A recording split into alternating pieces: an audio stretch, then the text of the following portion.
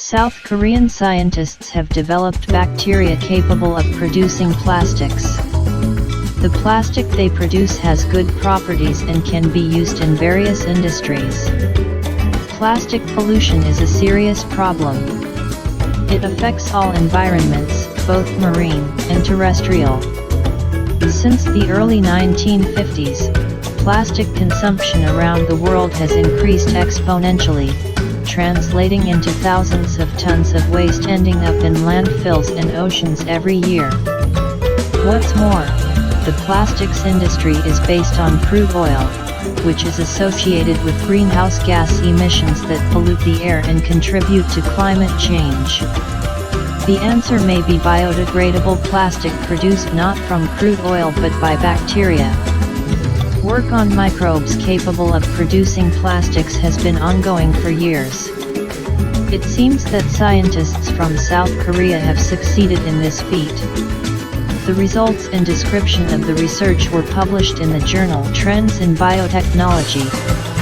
The bacteria developed by the researchers are capable of producing polymers containing ring structures that make the plastics they produce more rigid and thermally stable. This was no easy task, because these molecules are usually toxic to microorganisms. To overcome this obstacle, the scientists modified the metabolic pathway of E. coli bacteria so that they tolerated the accumulation of polymers and the building blocks that make up the polymer. The scientists first constructed a new metabolic pathway by recombining enzymes from other microorganisms, which allowed the bacteria to produce an aromatic monomer called phenolactate. Then, they used computer simulations to design a polymerase enzyme that could efficiently combine these phenolactate building blocks into a polymer. According to the authors of the publication, the developed enzyme can synthesize the polymer more efficiently than any enzyme available in nature. The resulting polymer is biodegradable, and its properties allow it to be used in many applications, including biomedicine.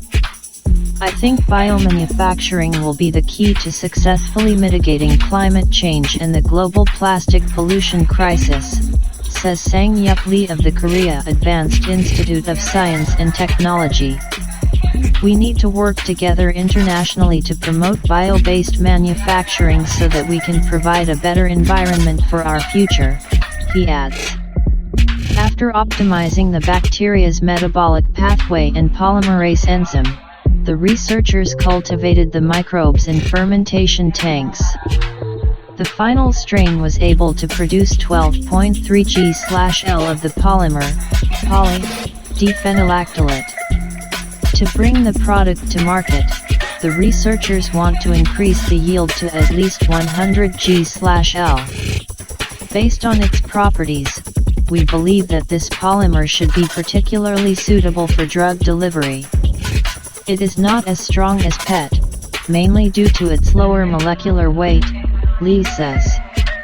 In the future, the researchers plan to develop additional types of plastics with different chemical and physical properties, for example, polymers with higher molecular weights required for industrial applications. They are also working to further optimize their method so that it can be scaled up. If we put more effort into increasing the efficiency, this method could be commercialized on a larger scale. We are working to improve the efficiency of our production process as well as the recovery process so that we can economically purify the polymers we produce, Lee emphasizes. The Neolithic builders of the Dolmen de Menga had more knowledge than previously thought. The Dolmen de Menga in southern Spain is one of the earliest and largest megalithic structures in Europe. Its builders must have had advanced knowledge of physics, geometry, and geology to build such a large structure, new research suggests. The Dolmen de Menga is one of the largest known ancient megalithic structures in Europe. It was built between 3800 and 3600 BC.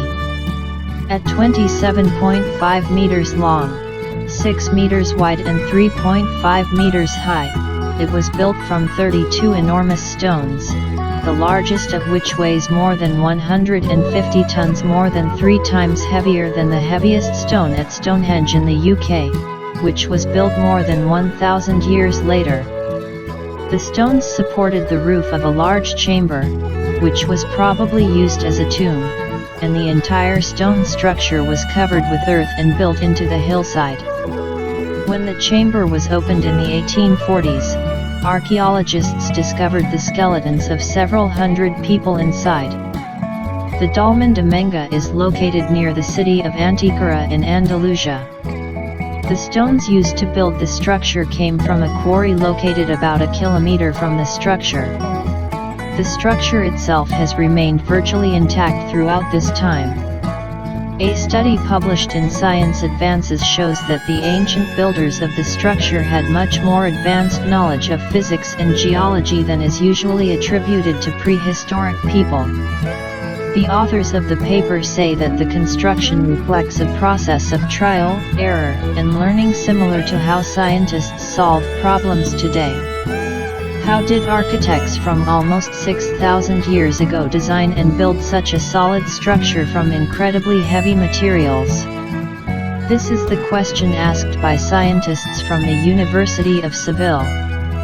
These people had no blueprints to work with, and as far as we know, no previous experience building something like this, says sKq3o author Leonardo Garcia San Juan, an archaeologist at the University of Seville. And yet they knew how to join together huge blocks of stone with a precision that has kept the monument intact for almost 6,000 years. There's no way you could have done that without at least some basic scientific knowledge, he adds. Garcia San Juan and his colleagues conducted detailed analyses of the structure to deduce what knowledge the builders of the Dolmen de Menga would have needed. Obtaining permits to excavate the UNESCO World Heritage Site is difficult, so the researchers looked for clues in hundreds of unpublished archival photographs and records of previous excavations, as well as data from a 2005 laser scan of the structure's interior. They focused on how the 32 huge stones were embedded in the bedrock, how they were oriented, and how they connected to each other and to the ceiling. Most of the 32 stone pillars were built deep into the bedrock to provide stability. During the study, the researchers discovered the order in which the stones were placed. They noticed that they were connected to each other, a bit like Tetris pieces. The blocks were placed with great precision, locked together, so they supported each other, says San Juan. To strengthen and seal the structure, it was buried with a mixture of smaller stones and earth.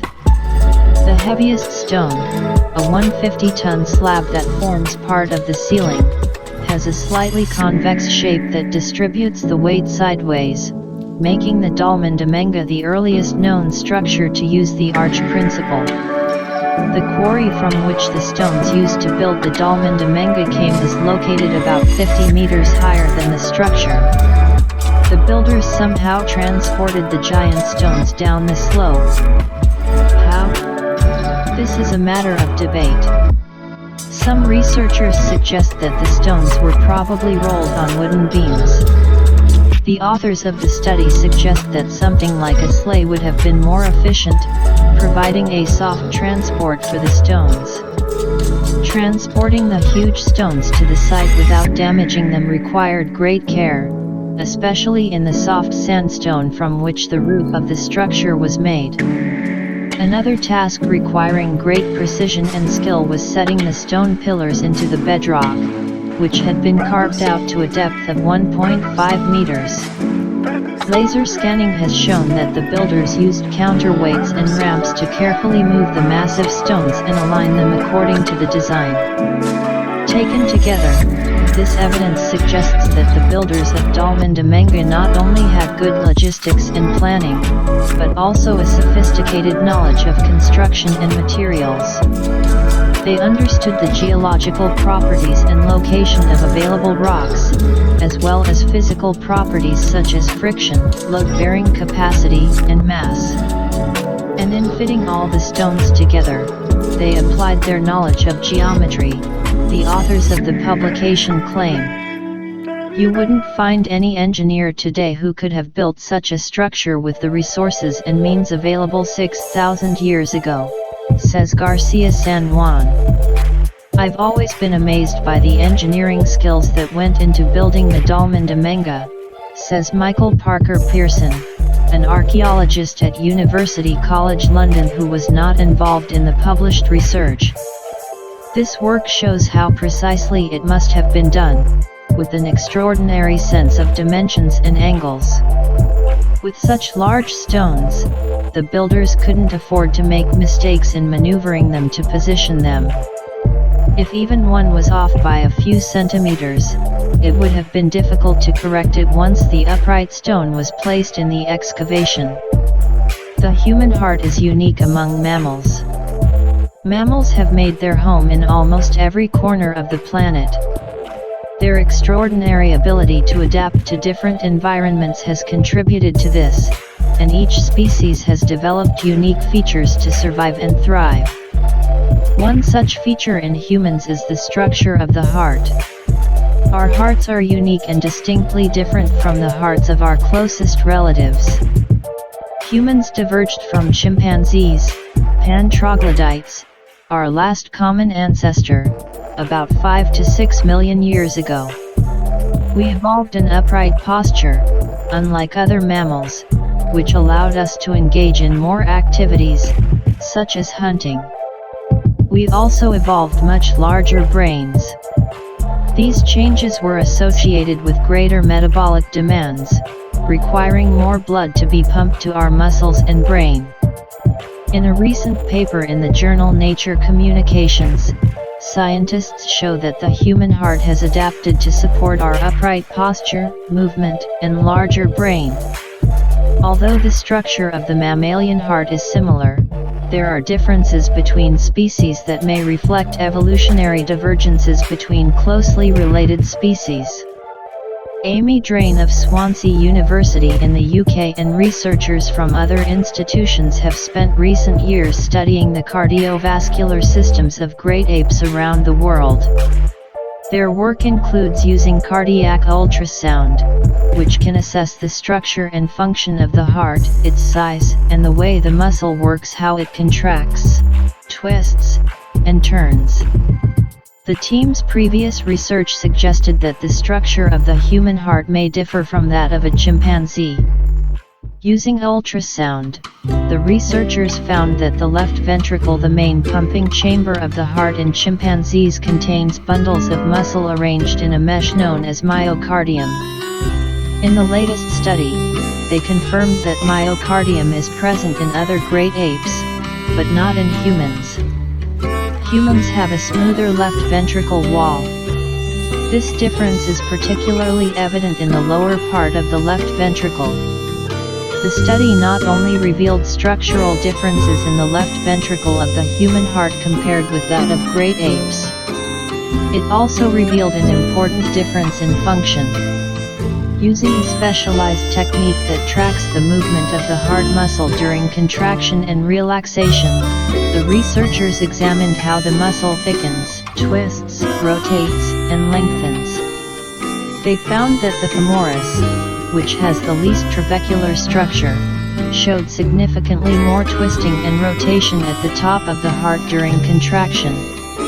In contrast, the non-human great apes, with their highly trabecular hearts, showed significantly less movement. We believe that the human heart evolved from the trabecular structure seen in other great apes to increase its ability to twist and contract. This increased twisting motion, along with the smooth walls of the chambers, likely allows the human heart to pump a larger volume of blood with each beat. This meets the increased demands of our physical activity and larger brains, Drain told The Conversation. The research challenges the assumption that heart structure is uniform across mammals. It points to subtle but crucial differences in heart anatomy and function that have emerged in response to unique environmental challenges. The surface of the Moon was once covered by an ocean of molten rock. Last year, India managed to land a lander on the surface of the Moon, as part of the Chandrayaan-3 mission. Data collected during the exploration of the Moon suggests that the south pole of the Moon was once covered by an ocean of molten rock. In August 2023, India became the fourth country to successfully land on the Moon, placing the Vikram lander near the south pole of the Moon. The Pragyan rover, released from the bowels of the lander, made many interesting observations of the terrain around the landing site. A team of geologists and planetary scientists from India's Physical Research Laboratory, working with colleagues from the U.R. Rao Satellite Center and the Space Applications Center, analyzed data from soil samples collected by Pragyan, finding evidence supporting theories that the surface of the Moon was covered by an ocean of molten rock shortly after its formation. The results and description of the research were published in the journal Nature. Shortly after landing on the Moon, the Vikram lander deployed the Pragyan rover to explore the area. Pragyan spent 10 days collecting data ranging from temperature to seismological measurements. It also analyzed the chemical composition of the regolith, a fine-grained material that covers most of the lunar surface. The rover took 23 measurements of the lunar soil using its alpha particle X-ray spectrometer, APXS. The APXS spectrometer allows remote chemical analysis of the material being studied. Santosh Vadawale of the Physical Research Laboratory in Ahmedabad, India, and his colleagues analyzed the APXS data and used that information to identify the elements in the regolith and their relative abundances, which in turn revealed the mineral composition of the soil.